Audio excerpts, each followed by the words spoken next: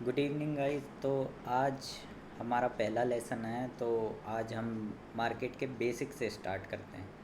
देखिए, basic candle stick होती है, पर आई होप कि कैंडल स्टिक आप लोगों को पता हो। तब भी मैं एक बार को बता देता हूँ। दो तरीके की कैंडल स्टिक होती हैं, एक बुलिश कैंडल और बेयरिश कैंडल। इसमें आप जो रेड वाली देख रहे हैं वो बेयरिश कैंडल है, जो ग्रीन वाली देख रहे हैं वो बुलिश कैंडल है। और कैंडल में दो चीज़ें होती हैं, एक उसकी विक और एक उसकी बॉडी। तो जो आप मोटा वाला हिस्सा देख रहे हैं वो कैंडल की बॉडी है,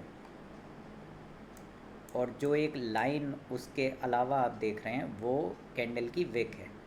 ये दोनों अलग अलग चीज़ें शो करती हैं। जैसे इस कैंडल में, रेड वाली कैंडल में, इसकी यहाँ पे ओपनिंग हुई है, यहाँ पे क्लोजिंग हुई है, और मैक्सिमम कहाँ तक गया है ये विक बताती है। ठीक है। तो आपको आई होप आपको कैंडल्स तो पता होंगी। चलिए, हम बेसिक सीखते हैं इसमें सपोर्ट एंड रेजिस्टेंस। अब सपोर्ट और रेजिस्टेंस होते क्या हैं? तो सपोर्ट और रेजिस्टेंस वो जोन होते हैं जहाँ से बायर्स और बेयर्स एक्टिव होते हैं। सॉरी, बायर्स और सेलर्स एक्टिव होते हैं। तो सपोर्ट से बायर्स एक्टिव होते हैं और रेजिस्टेंस से सेलर्स एक्टिव होते हैं। आप इन्हें बुल्स और बियर्स भी कह सकते हैं, इसलिए मैं थोड़ा कंफ्यूज हो गया था। पर ये हमेशा एक जोन होता है, ये कोई लाइन नहीं होती कि आप एक लाइन बना दें यहाँ से। तो वो लाइन नहीं होगी, वो एक जोन होता है। आप ड्रॉ करने के लिए trend line, horizontal line, parallel channel, इनमें से किसी का भी यूज़ कर सकते हैं। ये ड्राइंग टूल्स होते हैं। तो जैसे ड्राइंग टूल्स का कोई मोटिव नहीं होता, जिसमें आपको कंफर्टेबल लगे आप वो कर सकते हैं। लाइक मैं यहाँ से एक पैरेलल चैनल भी बना सकता हूँ, और मैं यहाँ से एक हॉरिजॉन्टल लाइन भी खींच सकता हूँ। देखिए, इस तरीके से। अब ये लगाते कैसे हैं? तो जहाँ भी मार्केट बार बार मूव करेगा वो एरिया सपोर्ट और रेजिस्टेंस की कैटेगरी में आ जाता है। जैसे इस पॉइंट पे मार्केट एक बार बाउंस किया, दो बार बाउंस किया, तीसरी बार बाउंस किया, चौथी बार बाउंस किया। अब पांचवी बार में ये ब्रेक करेगा, मुझे पता है। पर ये एक सपोर्ट की तरह एक्ट कर रहा है। हम फ़िलहाल तो सपोर्ट एंड रेजिस्टेंस समझते हैं। तो ये अभी सपोर्ट की तरह एक्ट कर रहा है। सेम इस पॉइंट को अगर मैं देखूं तो ये जो पॉइंट है ये रेजिस्टेंस की तरह एक्ट कर रहा है। देखिए, ये पॉइंट, इस पॉइंट को अगर मैं पकड़ूं तो ये एक रेजिस्टेंस की तरह एक्ट कर रहा है। लाइक मार्केट ने एक बार इससे मूव लिया, दूसरी बार, तीसरी बार, और अब ये चौथी बार। तो ये क्या है? ये एक चैनल बन गया है। ठीक है।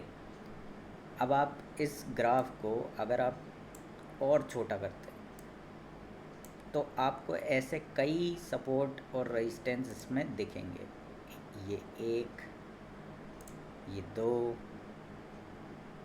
ये तीन।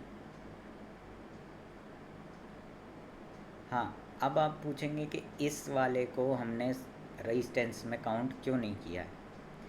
क्योंकि यहाँ से मार्केट अभी एक ही बार हमें मूव करता हुआ दिख रहा है, इसलिए इस जगह को फेक आउट जोन बोल सकते हैं। पर ये रेजिस्टेंस की तरह एक्ट नहीं कर रहा है। अब हम आ जाते हैं दूसरी चीज़ पे कि सपोर्ट और रेजिस्टेंस आखिर काम कैसे करते हैं।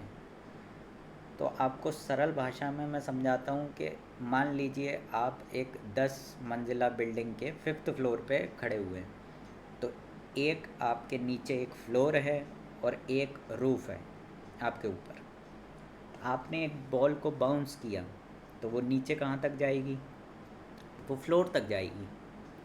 फ्लोर, जो सपोर्ट, फ्लोर को हम सपोर्ट मान सकते हैं। तो वो फ्लोर तक जाएगी, यानी सपोर्ट तक जाएगी, और फिर बाउंस करेगी। कहाँ तक बाउंस कर सकती है? हो सकता है वो थोड़ी सी बाउंस करे, और मैक्सिमम वो कहाँ तक बाउंस कर सकती है? रूफ तक। पर जब वो ये चीज़ बार बार करे तो क्या होगा? या तो फ्लोर टूटेगा या रूफ टूटेगी। तो दोनों में से जो भी टूटेगा, मान लीजिए नीचे का फ्लोर टूटा और वो बॉल जो है वो 4th फ्लोर पे चली गई। अब उसका फ्लोर अलग है। अब ये जो आपका फ्लोर है ये उसके लिए रूफ बन चुका है ना। तो सपोर्ट और रेजिस्टेंस ऐसे ही काम करते हैं। जब मार्केट उसको ब्रेक करता है तो रेजिस्टेंस सपोर्ट बन जाता है, और सपोर्ट अगर ब्रेक हुआ है तो वो रेजिस्टेंस बन जाएगा। जैसे कि अभी अभी ये जो है ये सपोर्ट की तरह एक्ट कर रहा है और ये रेजिस्टेंस की तरह एक्ट कर रहा है। पर जैसे ही ये टूटेगा तो ये रेजिस्टेंस की तरह एक्ट करेगा, और जो ऊपर वाला रेजिस्टेंस है वो तो रेजिस्टेंस की तरह एक्ट कर ही रहा है। ठीक है, आई होप ये चीज़ आपको क्लियर हुई होगी कि सपोर्ट और रेजिस्टेंस होते क्या हैं और लगाए कैसे जाते हैं। बेसिकली ये वो पॉइंट्स होते हैं जहाँ से बायर्स बाय करना शुरू करते हैं, और रेजिस्टेंस वो जोन्स होते हैं जहाँ से सेलर्स सेल करना शुरू करते हैं। तो इससे मार्केट में मूव आता है उसी पॉइंट से।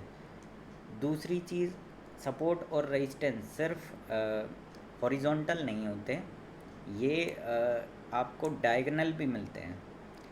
अब डायगोनल कैसे मिलते हैं? डायगोनल देखिए, डायगोनल आपको अगर मैं इन पॉइंट्स को जोड़ने की कोशिश करूँ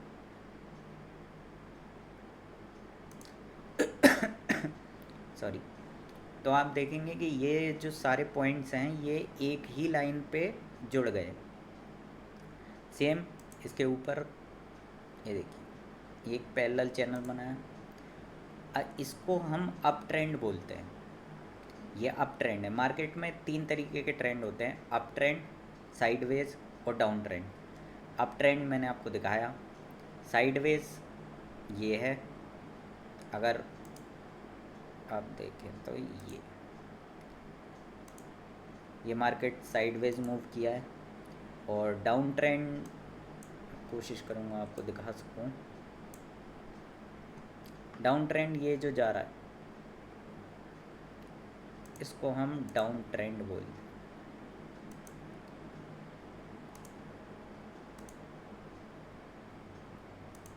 अब ये है ग्राफ पढ़ने का बेसिक। अब आप देखेंगे दो चीज़ें कि ट्रेंड और सपोर्ट या रेजिस्टेंस, ये जहाँ पे भी इनका इंटरसेक्शन हो रहा है वहाँ से मूव फास्ट आने की संभावनाएं होती हैं। लाइक ये पॉइंट, यहाँ से इनका इंटरसेक्शन हुआ तो ये इसका भी सपोर्ट है और ट्रेंड का भी सपोर्ट है, तो यहाँ से मूव आने की पॉसिबिलिटी ज़्यादा मिलेगी आपको। आप इन चीज़ों को देख के ट्रेड कैसे कर सकते हैं? बहुत सारे सवाल आपके मन में आ रहे होंगे कि इन चीज़ों को देख के आप ट्रेड कैसे करें। अब जैसे ये अप ट्रेंड जा रहा है, तो अप ट्रेंड जा रहा है कोई दिक्कत नहीं है, पर जब ये ट्रेंड को ब्रेक करता है, ब्रेक करने के बाद रीटेस्ट लेता है ट्रेंड पे वापस और रिजेक्शन शो करता है, तो आप यहाँ से सेल की ट्रेड बना सकते हैं। ये मार्केट ने सेल की ट्रेड दी, कहाँ तक दी? सपोर्ट तक। टारगेट आपका हमेशा सपोर्ट रहेगा। स्टॉप लॉस के लिए आप इस रेजिस्टेंस को यूज़ कर सकते हैं। ये जो ट्रेंड का जो रेजिस्टेंस है इसको आप यूज़ कर सकते हैं स्टॉप लॉस के लिए। टारगेट हम हमेशा आपका अगला सपोर्ट ही रहेगा। तो सपोर्ट और रेजिस्टेंस बहुत इम्पॉर्टेंट चीज़ हैं, बेसिक हैं, सबसे पहले समझाए जाते हैं, पर इम्पॉर्टेंट बहुत है। बड़े बड़े ट्रेडर भी आपको सपोर्ट और रेजिस्टेंस यूज़ करते हुए मिलेंगे, तो ये इम्पॉर्टेंट चीज़ है। इंडिकेटर को आप यूज़ कर सकते हैं कंफर्मेशन के लिए।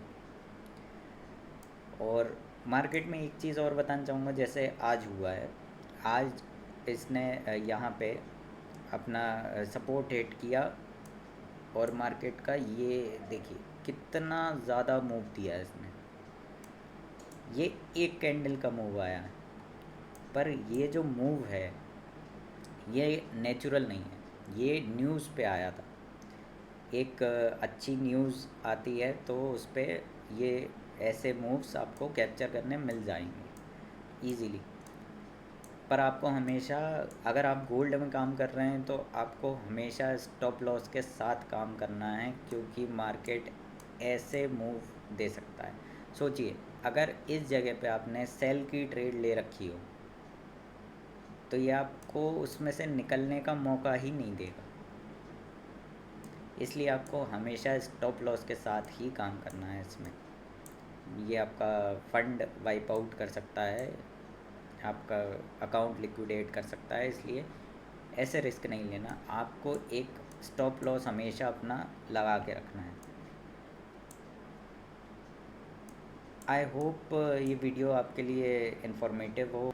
अगर आप हमारे साथ जुड़े रहना चाहते हैं और भी नई नई चीज़ें सीखना चाहते हैं मार्केट के बारे में, ट्रेडिंग के बारे में, तो आप हमसे जुड़े रहने के लिए हमारा चैनल सब्सक्राइब कर सकते हैं। और आप हमें इंस्टा पे भी फॉलो कर सकते हैं। हमारी इंस्टा हैंडल है DSP Forex 01। Thank you.